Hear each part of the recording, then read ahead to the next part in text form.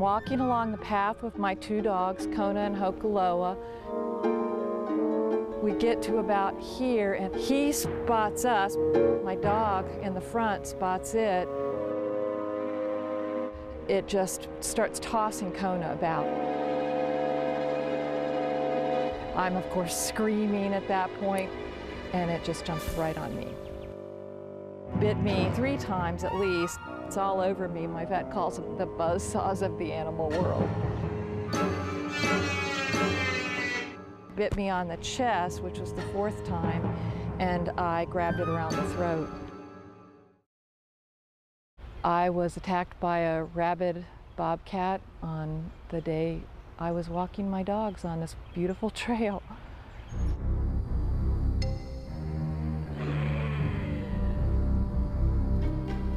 I'm 5'8", and it just leapt right up. First bite was on the top of my shoulder, so that's why I say I keep seeing that cat in my face. Once I got it around the throat, I just hit the ground with it. I just got on the ground on my knees and just held it down and screamed. Ultimately, Chad came from the apartments and Cindy came from the garden condos over there. I just ran down the stairs and came around the corner.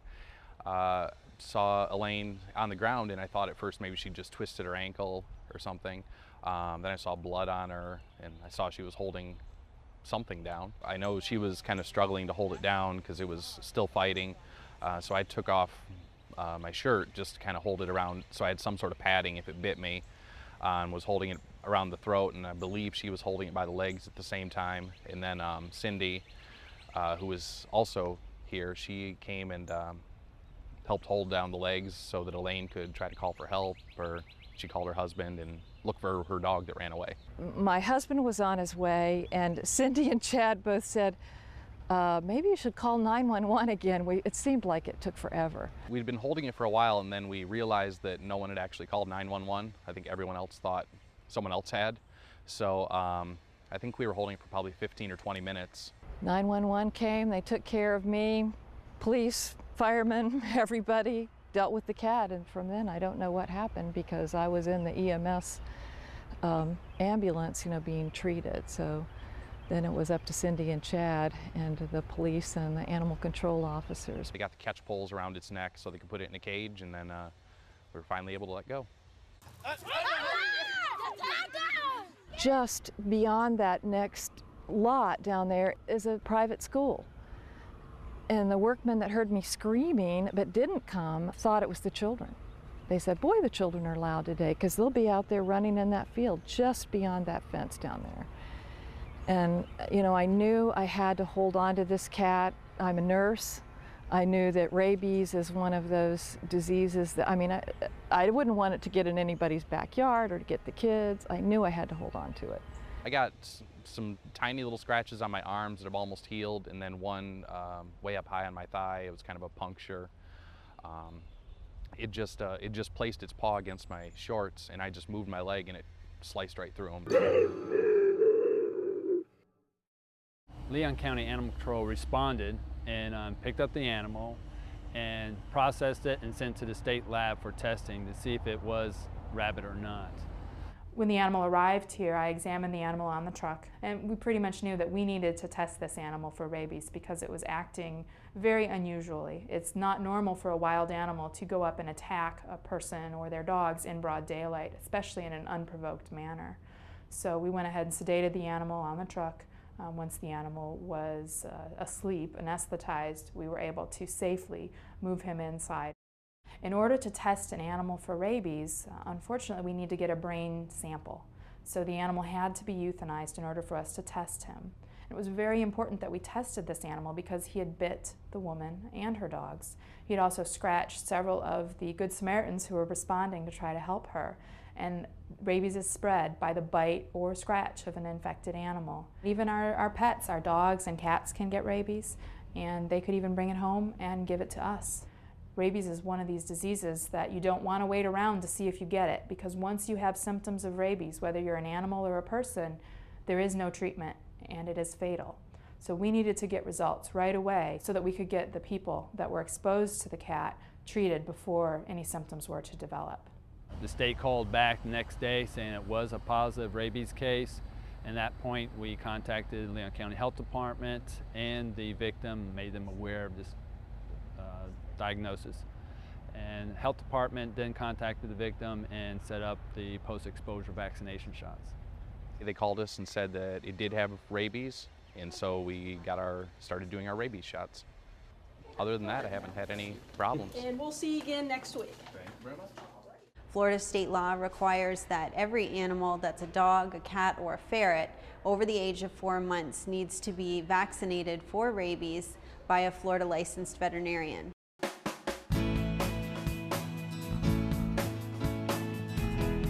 Just recently we started doing low-cost rabies clinics, which has been great to have that out in the community. We've received a number of positive comments from both the local veterinarians as well as citizens that have been able to take advantage of that service.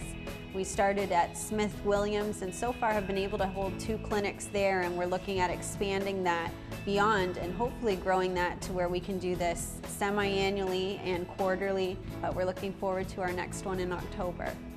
We want to talk a lot, especially for rabies, about prevention. And we work really closely with Leon County Animal Control. They have a great safety before the bite prevention that they go out into the schools, educate, and of course we do our own education with the elementary, high school, and beyond. Thank you, sir. Thank you very much. Thank you. To help protect you, your family, and other community members from rabies, there's a number of things that you can do. You want to make sure that you keep your animal on a leash. One, it helps to protect them from getting out of your reach and getting lost, but it also keeps them at a safe distance with yourself and away from other animals or humans. You can also spay and neuter your animals. Not only do we talk about pet overpopulation and that being a great way to help combat it, but it also helps to keep your animals close to home and prevents less roaming. So it's a great way to help us out and keep your animals safe too. In the scheme of things, we actually don't see a large number of rabies cases in town because people are vaccinating their pets. They are being responsible pet owners. In this case of the Bobcat, the dogs were vaccinated against rabies, and so they have an excellent chance of fighting off any kind of disease that Bobcat could have exposed it to. In instances where the exposure has already occurred, the bite or attack has already occurred, for rabies investigation purposes, it falls under the primary jurisdiction of county animal control. Obviously, it's in the city's best interest for human health reasons to try to locate that animal and capture it. So even though it might be the county's primary jurisdiction, we're going to respond if necessary to help them in capturing and subduing that animal. In Florida, by far the most common rabies carrier is the raccoon, followed by foxes, bats, bobcats, skunks, sometimes otters. In the case of a known attack and exposure, obviously get yourself to a safe location and clean the wound with soap and water, and then call 911, or if you know the number, to local law enforcement. That's going to be the quickest way to get a response. They'll in turn contact animal control and get us en route. It's been a very odd experience, and everybody's okay. I think Chad is marvelous, and the fact that Chad just came without a second's thought for his own safety, and took over holding down the cat because I couldn't hold it any longer. I can't say there was any real thought into coming down here to help her. It was just I heard someone screaming, and when I thought it was kids, I was ignoring it. But then when she actually said help, I'd hate to be in the situation and someone not run down to help me. How are you? Darling, I'm fine. Good. There are good people in the world like Chad, and thank God, and Cindy. Understand that this was a very unfortunate incident, but rabid bobcats really are an anomaly. In the state of Florida, there were only 4 instances of documented rabies in bobcats throughout the entire state. So really, enjoy our public areas. Don't be afraid to go out and spend time in our parks. You are going to see wildlife. You're going to see raccoons. You're going to see foxes. And just seeing them should not bring about any concern. But don't be afraid of, nature. It was a fluke thing. I will be back down here walking this beautiful trail when my dogs are off quarantine. They've got 45 days, and I'll be back.